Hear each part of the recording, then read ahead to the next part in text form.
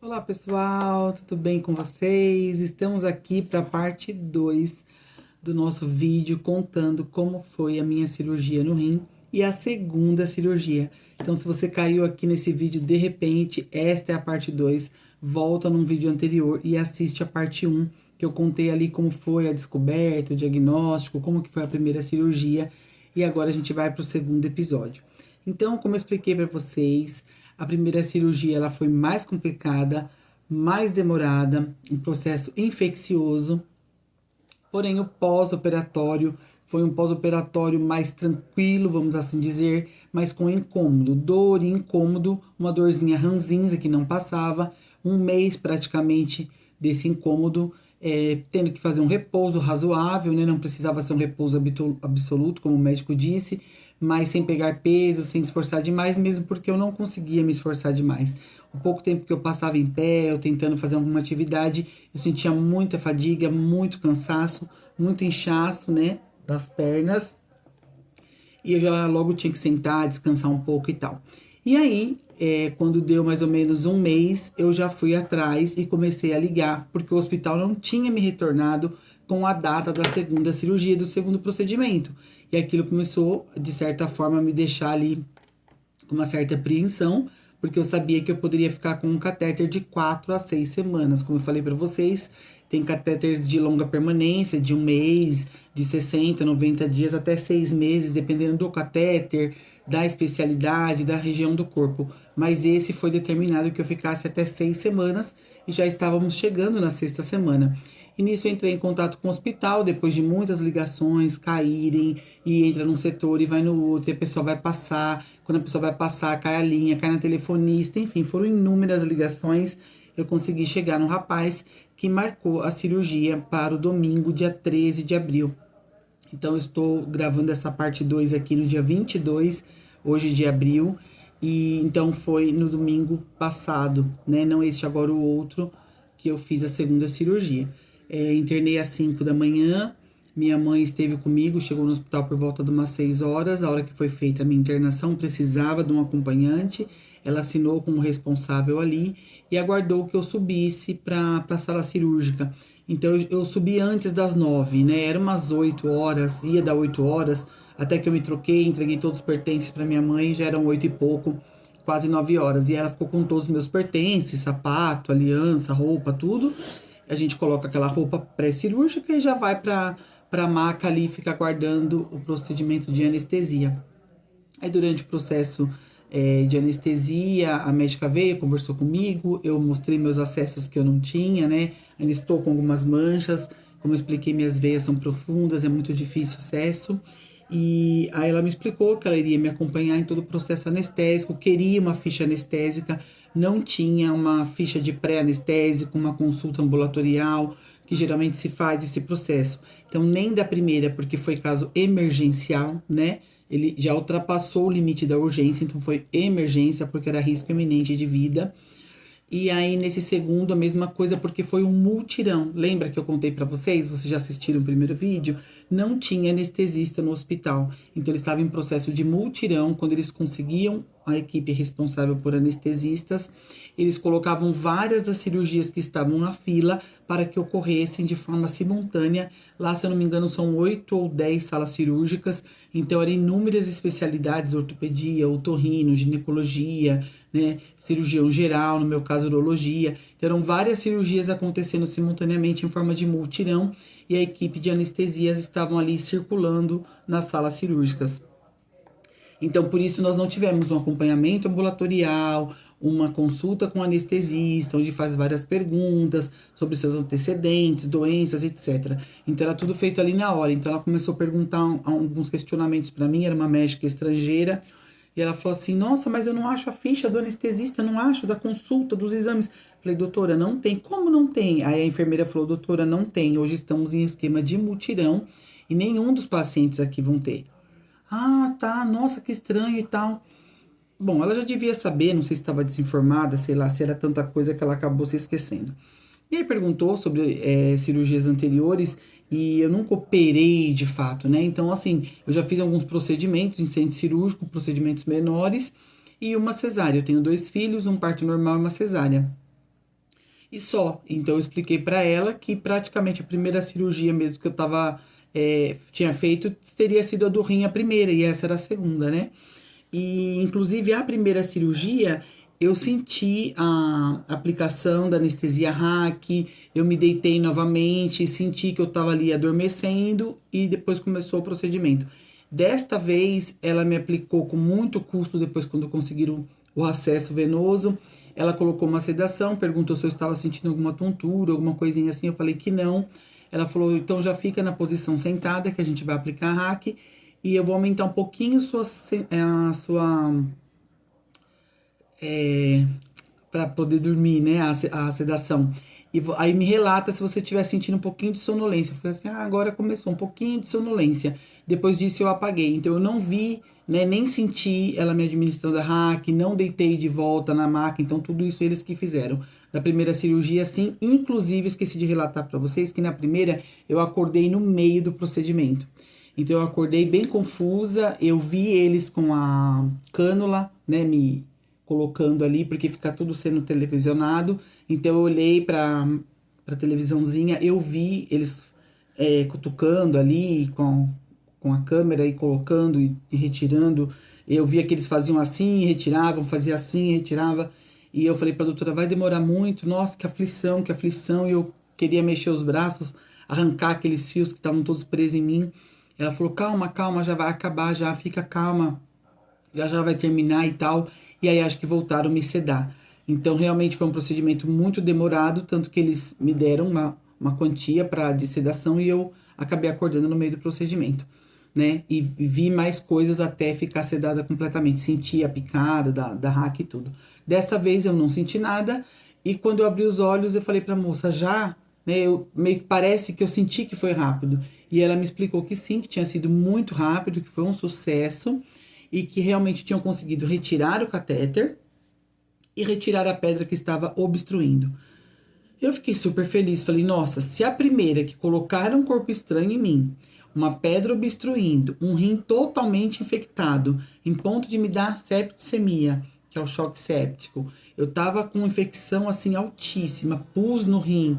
Eu falei, agora então tá simples, eles vão tirar aquele caninho, vão tirar a pedra e eu vou para casa pulando, né? Lógico, vou respeitar pelo menos ali 30 dias de um repouso mais tranquilo, a primeira semana um repouso mais absoluto e vou ficar livre, né? Beleza. Fui pro quarto, tudo, sem sentir as pernas, então é uma sensação horrível, né? Você quer mexer e não consegue. E aí eu sei que elas falaram pra mim que ia me liberar pro quarto assim que eu começasse a mexer as pernas. E aí eu não conseguia, não conseguia, não conseguia, tava muito pesado. Eu tentava fazer o movimento, né? Não conseguia. Aí depois eu comecei a mexer um pouco dos dedos, aí eu consegui dobrar uma perna com muito sacrifício. Aí a enfermeira viu, aí ela falou: "Você já tá dobrando as pernas?" Eu falei: "Já uma eu consegui, a outra já tá pesada." "Ah, então você já vai descer pro quarto já e já vai ficar aguardando ali pra ter alta, porque é alta no mesmo dia." Eu falei: "Ah, que bom e tal, né?" E aí, quando foi mais ou menos umas 3 e pouco da tarde, né? Esse procedimento ocorreu antes das 11 e até que eu descesse pro quarto, um meio-dia e pouco, 1 hora. E aí, por volta das 3, 3 e pouco, eu comecei já a sentir mais a minha perna. E a enfermeira que estava me acompanhando, elas vêm, geralmente se apresentam: "Olha, eu estou cuidando da senhora." Aí tem outro paciente: "Ó, eu que estou cuidando da senhora." Eu que estou cuidando, né? É assim. Aí essa enfermeira que estava cuidando ali da minha papelada toda, me acompanhando, era a Thalita. E toda hora ela vinha no quarto: "Senhora, tá tudo bem? Tá sentindo a perna?" Eu falei: "Tá, já tô movimentando." "Ah, então a senhora tá bem? Tá com dor?" "Não, tô sem dor." Daí a pouco ela vinha de novo: "Olha, eu tenho uma dipirona prescrito pra senhora. A senhora já quer tomar dipirona? Está com dor? Eu vou colocar na veia, né?" Eu falei: "Eu não tenho acesso. Se for preciso, vai ter que ser IM, né? Que é intramuscular. Mas eu não tô com dor." "Ah, tudo bem."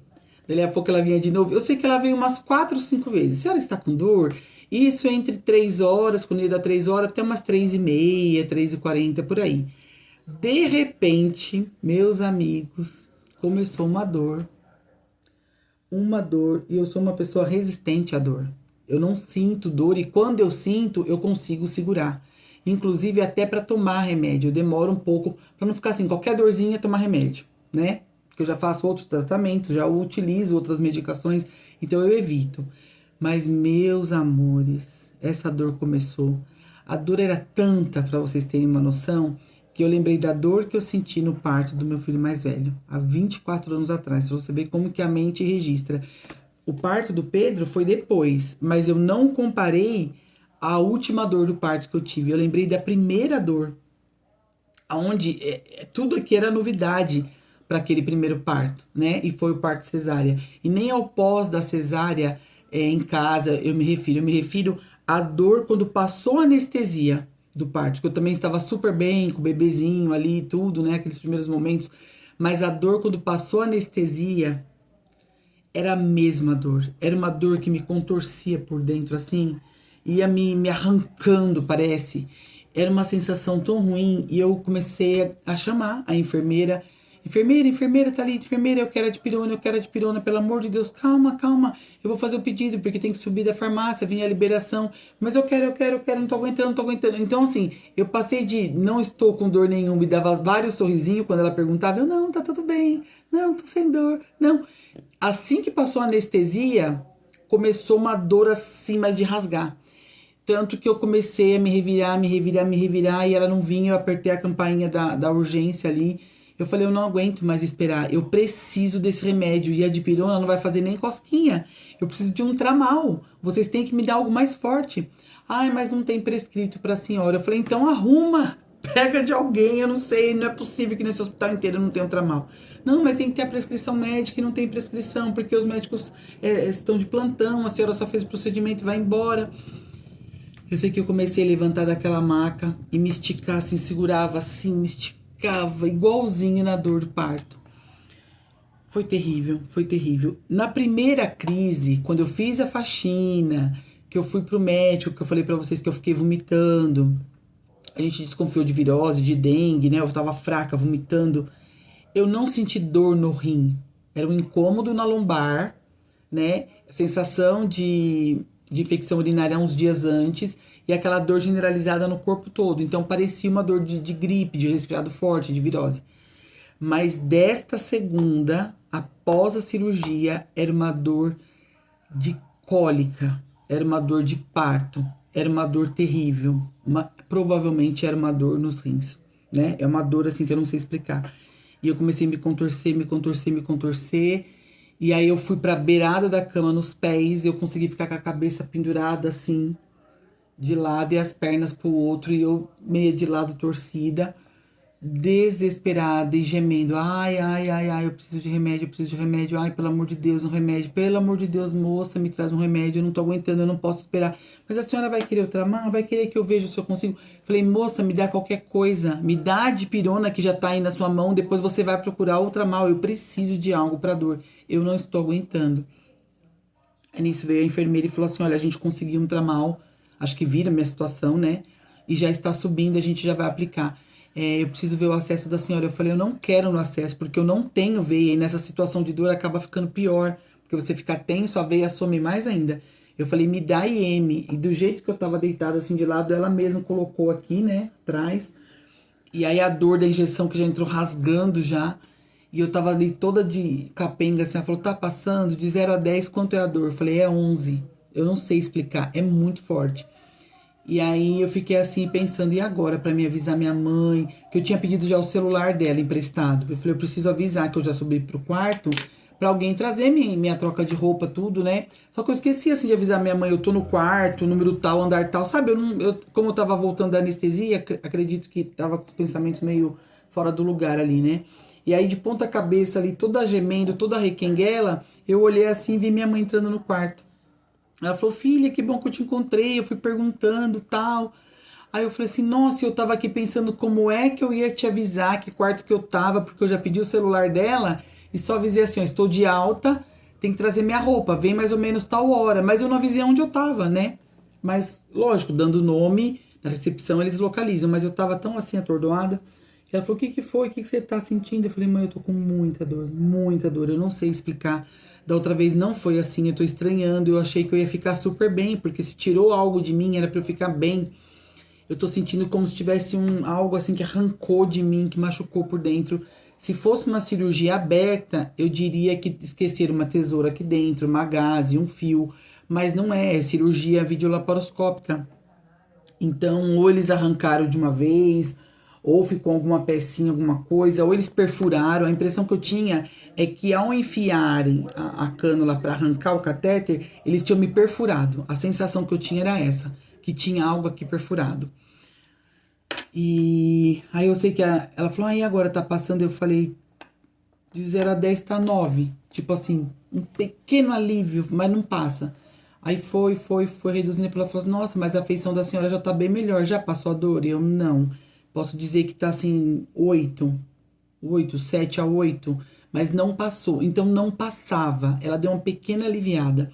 Aí, como minha mãe chegou, tudo com as roupas, eu me troquei. Falei, mãe, eu não vou ficar de jeito nenhum. Então, assim, eu já tô com essa dor reduzindo. Então, eu quero ir embora. Ah, tá bom. Seu irmão tá aí. Meu irmão tinha ido levar ela, né? Tava lá embaixo aguardando. Ela falou, manda mensagem pra ele, fala que a gente se encontrou. Eu me troquei. Ela veio, ai, tá tudo bem, a senhora melhorou. Eu falei, ai, melhorei, tô ótima, já quero ir embora. Mas porque a cabeça aqui em casa, né? Por conta dos filhos, do esposo da casa, mas principalmente por conta do Pedro, né? Vocês que já me acompanham já sabem a questão do diagnóstico, a preocupação, o horário da alimentação, medicação, o cuidado mesmo, né? Só quem já passou o trauma que a gente vive, então é complicado, né? E eu quis vir embora. Aí minha mãe falou, então vamos para casa, você passa em casa, come alguma coisa que eu tenho comida pronta, feita, e depois você já vai, né? Falei, ah, tudo bem. E assim foi. Aí eu fiquei ali, comi e tal, tava razoavelmente bem, meu marido me buscou. Chegando em casa, eu já comecei a sentir um desconforto. E eu saí de lá sem receita nenhuma. Tomei esse tramal, né, na IM, com antipirona, e de boa. Da outra vez eu saí com antibiótico, tudo, dessa vez não, né? Tranquilamente peguei um retorno para 90 dias, me deram um papel, uma cartinha com retorno de 90 dias, e novamente o resumo de alta dentro daqueles 30 dias pós o procedimento cirúrgico, eu poderia estar voltando, como eu relatei para vocês no primeiro vídeo. E aí vim para casa, aí eu já fiquei meio assim, na madrugada, durante a madrugada, eu senti muita dor. Então já foi uma noite bem complicada no domingo, no mesmo domingo do dia 13, né, para a segunda, dia 14. Senti muita dor, amanheci com muita dor. Falei pro meu marido, eu só esperei amanhecer a clarear o dia. Eu falei, vai comprar remédio de dor, porque eu estou com muita dor. E eu não sei te explicar, porque é uma dor terrível. Então, assim, eu preciso de algo para tentar me ajudar com a dor. Só que aí ele foi trabalhar e eu fiquei o dia inteiro na cama. O dia inteiro na cama. Eu não sei se eu conseguiria compartilhar aqui, tem um áudio. Se eu conseguisse, eu ia compartilhar o áudio que eu mandei pra minha mãe. Fraca, quase não conseguia falar. Minha mãe tinha perguntado se eu tinha passado bem. E eu falei, mãe, não passei bem. Vomitei. O pouco que eu tinha jantado lá, eu vomitei. Muita fraqueza. Quando eu ia no banheiro, eu sentia suador, fraqueza, sensação de desmaio. Eu não aguentava ir do meu quarto para o banheiro. E aí quando eu voltava também, eu parava na sala, porque a sensação de fraqueza era muito grande. Suando frio, então eu não sabia se era uma sensação de desmaio, se era pressão, se era muita dor, dava essa reação, porque eu nunca senti isso, né? Como que eu ia saber? E aí eu peguei e falei isso pra ela, que eu não estava bem. Ela falou, estou indo aí, de tarde estou indo aí. Assim que eu conseguir, eu vou fazer comida e vou levar. E ela veio, de fato, na segunda-feira, trouxe comida, né, pro Pedro. A minha preocupação era ele tá comendo, assim, comida de sal, comida mesmo, né? Não só besteira e lanche e tal. E pra mim não importava, porque eu tava sem apetite. Mesmo assim, ela veio, trouxe um macarrãozinho bem levinho, ali óleo, com um pouquinho só de calabresa picadinha com azeitona. E aí esquentou pra ele comeu. Eu dei 3 garfadinhas, ele trouxe aqui pra mim no quarto. E aquelas 3 garfadinhas, assim, ficou no estômago, não doeu nem nada. Então, aí eu fiquei quietinha, né? Minha mãe falou, levanta um pouco, tal. Eu falei, mãe, não consigo, eu tô muito fraca. Fiquei deitado o dia todo da segunda-feira, uma sensação de queimação. Então, era aquela dor, assim, do lado direito, que vinha toda, assim, não era no rim especificamente, era aqui no fígado, aqui por cima. Eu não sei se pegava pâncreas, se pegava vesícula, se pegava o quê. E na lombar se espalhava do lado direito para o esquerdo. E em geral, né? Então era aquela bola, aquele peso, parecia que tinha um boi aqui dentro, e aquela queimação que subia assim. E assim foi a segunda-feira toda. Eu falei, meu Deus, preciso ir no médico, né? Como que eu vou fazer? Aí minha mãe foi embora, ela veio com meus irmãos, tudo. Foi embora, deixou tudo ajeitadinho. Aí, quando o meu marido chegou, eu falei, eu preciso ir no médico. E eu não gosto de ir no médico, né? Vocês sabem que eu trabalhei 27 anos na área da saúde. Hospital para mim tinha uma relação assim de trabalho. Eu nunca gostei de estar ali como paciente, né? Ninguém gosta, né? Ainda mais a gente que trabalha, a gente sabe como que é por trás da, da simplesmente uma recepção e toda aquela coisa que vocês veem como paciente, a gente não vê como paciente, a gente tá do lado dos bastidores, então a gente não quer, né? E então, assim, para mim pedir para ir pro hospital é porque realmente as coisas não estavam bem. E aí fui de novo com a cartinha, né? Ah, tá dentro dos 30 dias. Eu falei, tá ontem, eu saí ontem daqui, né? Inclusive, na hora que antes de eu sair, eu fui no banheiro fazer xixi. E como eu contei pra vocês no primeiro vídeo, o meu xixi saía cor de ferrugem na sonda, mas eu fiquei no hospital internado um dia inteiro. Então foi o dia inteiro na cirurgia do sábado, até o outro dia, no domingo, com aquele xixi saindo cor de ferrugem pela sonda, né? Só depois que tiraram a sonda. Então, nessa segunda cirurgia, eu fiquei sem sonda. Então, assim que me liberou pra mim poder ir embora, eu levantei pra me trocar, eu fui no banheiro e aí o xixi saiu preto, não saiu nem cor de ferrugem, saiu preto, preto, preto, igual a Coca-Cola. E quando chegou em casa, novamente eu fiz uma urina assim, bem escura, bem preta mesmo. Aí eu fiquei observando, eu falei, bom, duas urinas muito escuras, mas eu fiquei sem dreno nenhum, sem sonda. E aí depois já da terceira urina, eu vi que ele foi já clareando, então eu já fiquei mais tranquila. E não saiu sangue, da primeira cirurgia saiu bastante sangue, né? Desta vez não, falei, bom, então tá dentro de um processo. Só que nessa segunda, que eu fiquei o dia inteiro de cama e fui pro hospital, quando eu cheguei lá, eu já falei, olha, eu preciso ser atendida. Ai, calma, não tem urologia, no plantão da noite é só cirurgião geral, porque a gente chegou no hospital já era 8 e pouco, quase 9 horas. Eu falei, então, só que da outra vez que eu estava dentro do pós-cirúrgico, eu vim e fiquei plantada aqui 2 horas e meia e não fui atendida. Não ganhei uma pulseira, não fizeram ficha, não fizeram nada. Eu simplesmente cansei de ficar aqui sem atendimento, voltei para casa. Eu falei, bom, para ficar aqui sem atendimento, sem remédio, sem medicação, eu volto para minha casa, tomo um chá e vou deitar. Então, dessa vez não, eu quero atendimento. Ai, tá. Aí veio a enfermeira, eu falei, moça, já chamou o médico? Eu ficava toda hora. Porque se você fica parado, sentado numa cadeira como eu estava, ali você vai ficar. Ali você vai amargar. Então você mesmo tem que, mesmo doente, tentar fazer do seu atendimento ser um pouco mais dinâmico, né? Como a gente já conhece essa dinâmica como que é, então você tem que ser às vezes um pouco mais incisivo. E foi o que eu fiz, né? Aliás, todas as vezes é o que eu faço. E até uma amiga minha falou, nossa, mas você dá sorte, você pega médicos bons. Falei, não, não é que eu pego médicos bons, é que eu já sei como funciona o sistema hospitalar. Então, independente de ser SUS ou convênio, a gente sabe que tem as hierarquias, autorizações, quem está por trás das liberações. Então, você às vezes tem que ser um pouco mais incisivo. Não é ser grosso, não é ser desrespeitoso, mas insistir um pouco mais. Porque você sabe que aquela pecinha ali, aquele ser humano, ele é decisivo na decisão se vai ser um sucesso seu tratamento ou não, né? Então eu tenho vários episódios, várias experiências, inclusive eu relembrei de um fato quando eu estava na área comercial negociando autorizações com os convênios, com as operadoras, e eu atendi uma moça exatamente com um caso desse de catéter interno. E ela estava desesperada porque já tinha passado do tempo, e só abrindo esse parênteses, né?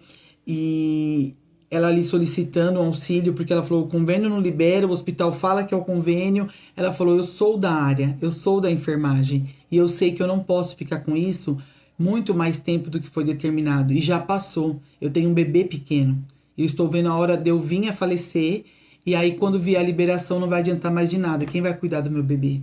E aquilo me compadeceu, eu peguei aquilo como se fosse para mim. E eu mesmo liguei na operadora e procurei saber qual era a área de liberação, e fiz de um tudo para poder liberar o caso para essa enfermeira. E eu falei para eles, até quando vocês vão esperar? Porque nós somos como hospital a porta de atendimento. O paciente está aqui passando mal. Nós estamos no meio, o paciente e o hospital. Vocês estão com a liberação na mão, ela tem um plano empresarial, ela paga.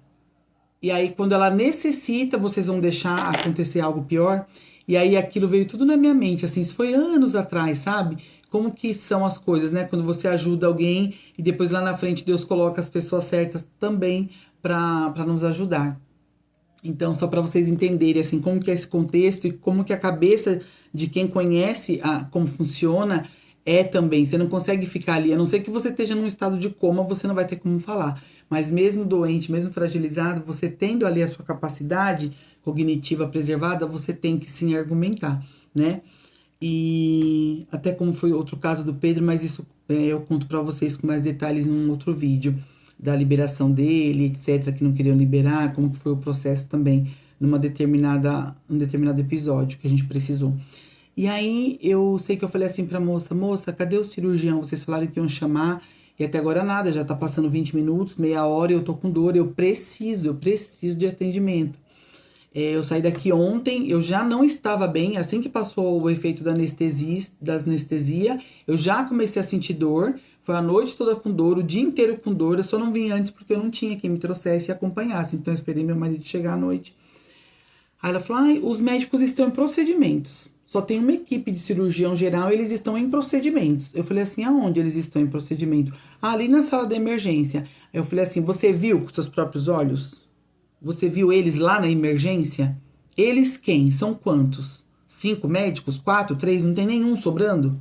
Não, estão todos na emergência. Eu falei, mas você viu com seus olhos? Ai, moça, você quer que eu vou lá olhar? Eu falei, quero. Eu quero, porque uma coisa é vocês falarem, estão na emergência, para todos os pacientes. Olha, o doutor está demorando porque ele está no pronto-socorro. Ele está numa emergência. E uma coisa é realmente ele estar na emergência. Ele pode estar no horário de descanso, ele pode estar no horário de janta, ele pode estar lá fora fumando, conversando com um colega de trabalho. Aí ela não gostou e foi para lá. Nisso que ela foi para lá, demorou, voltou calada. Falei, moça, você encontrou os médicos? Acho que ela achou que eu ia esquecer, né? Não, eles não estão lá na emergência. Falei, o que eu te falei? Ah, mas eu vou procurar, já estão sendo acionados. Então é isso que eu falo para vocês. Tem que ficar em cima. É somente um ser humano repassando a informação de um outro ser humano que não quer o BO para ele passa do outro ser humano, sabe? Então você tem que ter essa noção. E aí eu sei que entre idas e vindas, e toda hora que passava um eu perguntava, toda hora e aquela queimação foi aumentando, eu não estava sentindo isso até então. É algo assim que queime, vem subindo, como fosse uma azia, algo assim que eu também nunca tive. Então não saberia nem falar o que é, mas é que a gente ouve as pessoas dizerem, né? E aquele bolo aqui do lado que pegava, assim, toda essa região, né, lateral da direita, e a dor atrás radiando pro esquerdo. E aí, com muito custo, veio um médico, e aí ele falou, olha, eu sou da equipe de cirurgia geral e tal. E o que a senhora tá sentindo? Eu relatei tudo pra ele, falei que o procedimento tinha sido ontem, né, um dia anterior. E aí ele falou, olha, eu vou pedir exames de sangue e urina e a gente já vai ver como que fica. Aí, novamente, enfermeira, que hora vão vir colher o sangue? Enfermeira, ai, fica tranquila porque o médico pede aqui, aparece no sistema do laboratório.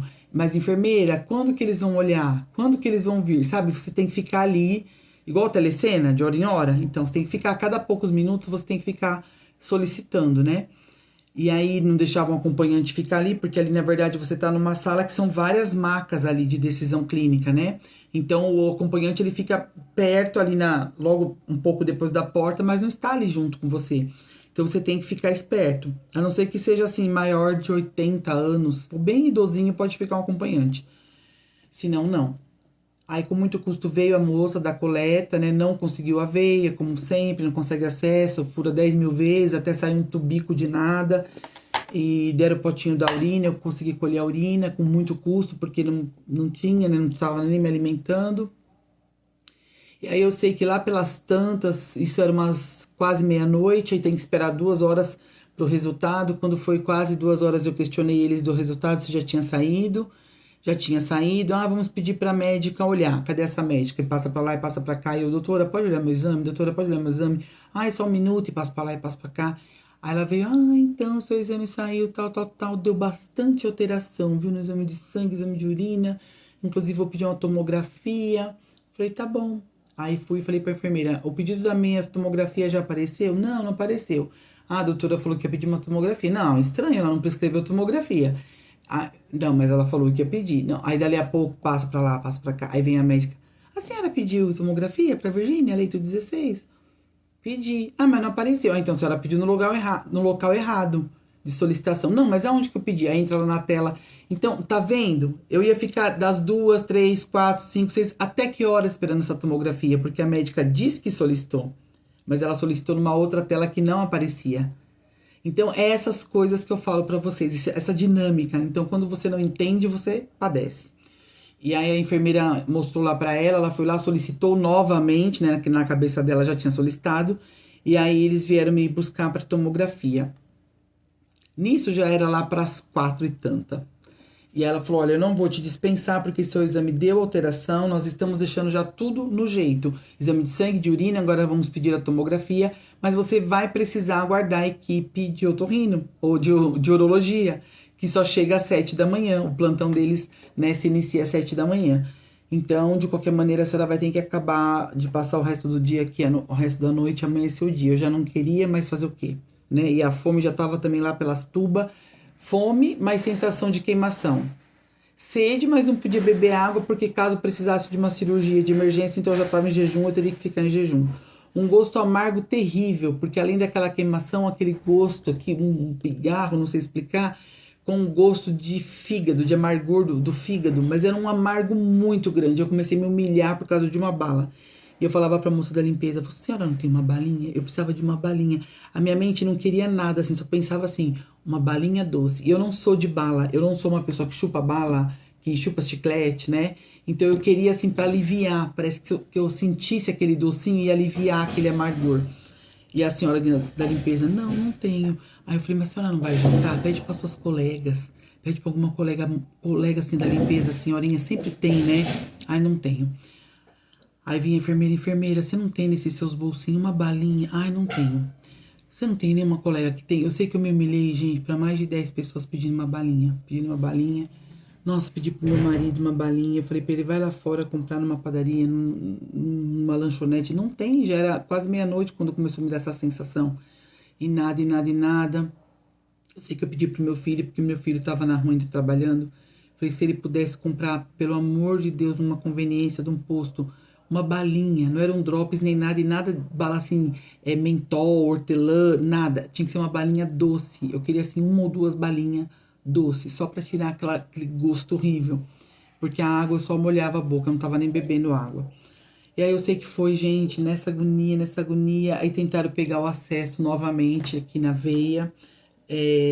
Teoricamente estava prestando. Quando cheguei na tomografia, foram fazer o teste do contraste, não passava, só passava o soro. O rapaz falou com a pressão da máquina, a hora que for o contraste vai estourar.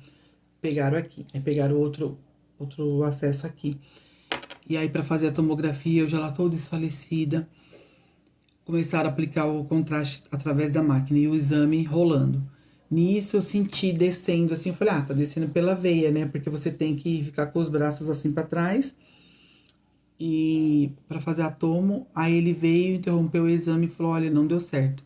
O contraste não está entrando na sua veia, está extravasando todo pela sua pele. Aí eu sei que foi aquele movimento, aí a enfermeira, não, vamos levar ela de volta, vamos funcionar lá em cima, vamos ver o que a gente faz. Né, eu tava de cadeira de rodas muito fraca, colocaram de volta na cadeira de rodas e voltei lá pra sala onde eu estava nas macas. E aí eu vi que começou um movimento muito assim estranho e tal, aí já veio uma enfermeira falar comigo, isso já tava para amanhecer o dia, 5h30, quase 6 horas. E aí meu braço começou a inchar muito. E aí a enfermeira veio toda preocupada, falou assim, olha, aconteceu uma coisa com a senhora que não poderia ter acontecido. O contraste extravasou. Então, ao invés de ele entrar na sua veia e fazer a função, né, que aí ele vai e depois é excretado na urina, ele tá no seu tecido. Então, aqui, essa parte aqui do braço ficou toda enrijecida, daqui até aqui. Parecia um bloco de cimento. Então, inchou, ficou duro e pesado. Então, aquele braço pesado. Aí, imediatamente, elas trouxeram gelo, trouxeram 2 luvinhas cheias de gelo, amarraram as mãozinhas assim da luvinha, né, em volta do meu braço. Depois eles colocaram gelox, que é aquele tijolinho de gelo. Amarraram também com uma faixa e falaram, fica com isso assim e suspenso, o máximo que a senhora conseguir. Mas era um peso, o braço era um peso, parecia um braço de concreto. E aí ele foi perdendo a cor da pele, eu não fiquei com essa parte aqui da cor da minha pele normal. Ficou muito branco, como se não circulasse sangue. E aí elas falaram que era para ficar verificando, porque ele poderia ficar vermelho, poderia ficar roxo, poderia ficar quente ou muito gelado, então era pra mim ir relatando tudo o que acontecia. Então perdeu a cor, ficou gelado e duro. E aí elas falaram que iam me acompanhar 3 dias, mesmo que eu fosse embora, porque isso é muito perigoso, poderia dar necrose no tecido. Então não bastasse a dor, mais isso ainda para acontecer. E aí a preocupação, eu senti esse peso e eu queria saber o que eu tinha desse lado. O que que tinha? Porque na minha cabeça era um furo ou alguma coisa, era um peso muito grande. Eu comparando o meu organismo com a primeira cirurgia. Então eu estava comparando comigo mesmo, eu não estava comparando com nenhum relato, né? Eu não sei se você já passou por isso, se você pode relatar aqui como que foi seu caso, deixar nos comentários, porque eu tô comparando comigo mesmo, eu tô comparando com a minha resistência à dor. Então eu não sou muito de sentir dor, quando eu sinto dor eu demoro a reclamar. Então, assim, a intensidade desta dor, o primeiro caso que foi uma cirurgia super difícil, complicada, eu não tive esse tipo de dor. Então, da segunda, que era para ser a retirada, eu achei que seria mais tranquilo. Então, eu comecei a comparar comigo mesma, né? E aí, para amanhecer o dia, quando chegou a equipe de urologia, eu também, elas ficam assim, o doutor vai passar, o doutor vai passar. 7 horas só com o plantão. Só que aí 7, 7h30, eu já, opa, já, minhas anteninhas, né, de vinil. Moça, enfermeira, aquele ali é urologista, ele me operou da primeira vez, eu quero falar com ele. Ah, ele já vai passar, ele passa em todos os pacientes dele. Eu falei, então, mas daqui a pouco ele passa e me deixa aqui falando sozinho, igual da outra cirurgia. Eu já tenho experiência, eu quero falar com ele. Aí passava outra, moça, quero falar com o urologista. Toda capenga, porque aí nisso eles já tinham me tirado da cama, da cadeira e me levado pra maca. Quase 6 e pouco da manhã, desocupou um leito. Então, eles me tiraram da cadeira, que eu tava toda amassada na cadeira, e me levaram pra maquinha ali. E aí o doutor veio, oi Virgínia, tudo bem? Não, não, não. Aí o que tá acontecendo? Aí eu falei, falou, nossa, você tá sem analgesia nenhuma, você saiu daqui sem remédio pra dor nenhum, você vai ter que ter uma analgesia bem, assim, profunda mesmo, bem feitinha, porque você tá com muita dor do pós-cirúrgico. Eu falei, sim, doutor, mas não foi assim da outra vez. Não, mas você saiu com antibiótico, remédio pra dor. Eu falei, sim, mas meu organismo não reagiu dessa forma. A impressão que eu tenho é que tem algo aqui dentro, é uma sensação muito grande de algo aqui dentro que me machucou, que me rasgou, que me furou, eu não sei o que aconteceu. E o exame que eu fiz foi pela metade, por conta desse problema do contraste. Então, assim, preciso olhar essa tomografia. Ah, eu vou olhar. Mas eu vou olhar, né? Aí veio a doutora, que também é da equipe, que estava comigo na primeira cirurgia. Porque na primeira cirurgia eram 5 médicos para me operar, mais o anestesia. Eles estavam na equipe, todos eles. E na segunda, que foi o mutirão, foi um urologista só, toda a equipe, o equipamento ali da robótica e uma instrumentadora só. Então, eles da primeira cirurgia não fizeram o procedimento da segunda, né? Então, aí quando veio a doutora, era a doutora também da primeira cirurgia. Eu falei, oi, doutora, oi, Virgínia, tudo bem? Que inclusive foi ela que eu peguei lá no consultório que eu falei pra vocês. Eu falei, poxa, não tá marcando, né, o procedimento, tal, tal, tal, tal. Ela me tranquilizou, falou que era pra ficar sossegada, né, que era pra fazer a reclamação lá sobre a equipe anestésica. Então, ela lembrava de mim, né? Era ela que tava me esperando no dia da emergência da cirurgia na porta, quando eu cheguei com a ambulância. Então, ela lembra de mim, doutora Gabriela, uma loirinha. E aí ela falou, oi, Virgínia, tá? Eu falei, então, doutora, eu precisava olhar essa tomografia. Eu pedi pro doutor, né, Bernardo, dar uma olhada, e até agora ninguém olhou. Eu fiz, ela foi feita na metade do tempo, por conta disso que aconteceu do contraste, extravasou. Então, assim, metade do exame foi feito, a outra metade com contraste não foi feito. Mas vê se consegue ver alguma coisa nessas imagens, porque não tem como pegar acesso, eu não tenho mais acesso, e eu preciso saber o que tem aqui. Ela falou assim, pode ser que deixaram mais um catéter interno. Eu falei, ué, como assim? Não, porque pode acontecer na limpeza do rim ali tudo, eles deixarem um dentro para drenar mais e você ter que fazer uma nova retirada. Pode ser que deixaram um fiozinho que fica ali, né? Mas eu vou ver, eu vou olhar, fica tranquila. Aí tá bom, mas eu sempre ali, atenta. Aí a médica já estava mais dinâmica, ela estava olhando todos os pacientes que estavam ali nas macas, quais eram da urologia, se eu não me engano nós estávamos em 4 ou 5 de urologia. Inclusive eu vi ela falando para uma moça que ela ia ter que fazer o que eu fiz, falando para um rapaz que ela ia ter que fazer o que eu fiz, e eu pensava, coitados, eles não sabem o que esperam eles não têm noção. Porque eles falam tudo assim, de um jeitinho, da mesma forma que ela falou para mim, ó, é tranquilo, vai colocar um catéter, vai drenar, depois você vai tirar. Cada organismo é um organismo, né? Mas assim, eu pensava, meu Deus do céu. E aí eu vi que ela tava mais dinâmica. Bom, então tal já encaminhei, fulana já encaminhei, tem a Virgínia que é não sei o que lá, tem fulano que é o relatório. Eu vi que ela tava mais dinâmica, cuidando ali dos dos 5, 6 pacientes que eram deles. E aí ela veio, ela falou assim, olha, eu olhei seu exame de sangue e urina, realmente estão todos alterados. Tá com muita alteração, muita infecção, mas é esperado porque foi manipulado dentro de você. Então, manipulou ali, teve um contato, então, assim, machucou. Então, isso não é base. Se a gente fosse basear com esses exames, eles estão totalmente fora de padrão. Mas fica tranquila, a gente já vai entrar com antibiótico, vamos entrar com um medicamento para dor, você tá com soro? Eu falei, não, tô sem alimentação, sem soro, sem nada, eu não tenho acesso. O pouco que tinha foi embora. Então, assim, eu quero IM. Porque aí elas começaram a me trazer remédio de madrugada para dor via oral. E o estômago tava vazio, né? Eu falei, então eu não quero via oral, eu tenho dificuldade para tomar comprimido, eu tô com fome, meu estômago tá embrulhando.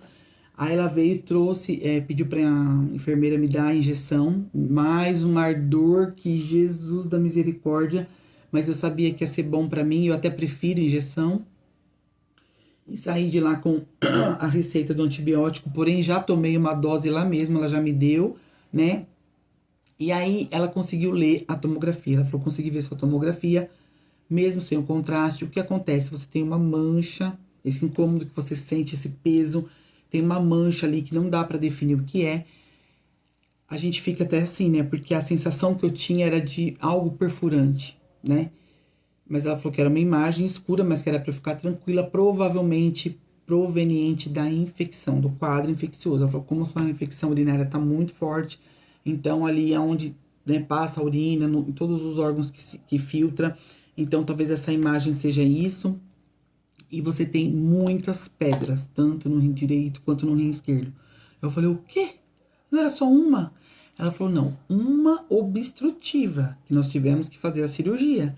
Mas as menores, não tem como a gente fazer cirurgia. Então, você vai expelindo conforme o seu organismo. Então, por isso que você sente essa dor ainda do lado direito, que irradia para o lado esquerdo. Então, você tem ainda pedrinhas, provavelmente elas estão caminhando. Eu, ai, meu Deus do céu. Ela falou, a gente trabalha dessa forma, do pior pro menor. Então, o pior quadro nós resolvemos e agora vai ser o quadro secundário.